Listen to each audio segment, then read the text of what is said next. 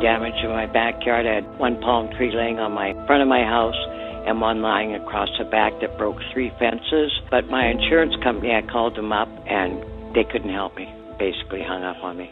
So that's why I decided to go with South River.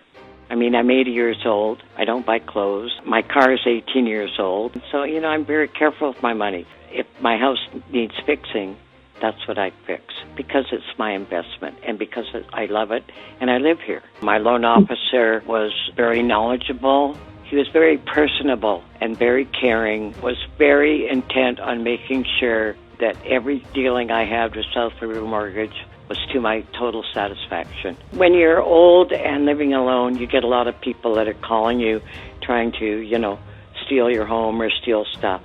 You guys are so genuine, and believe me, I'd never go anywhere else.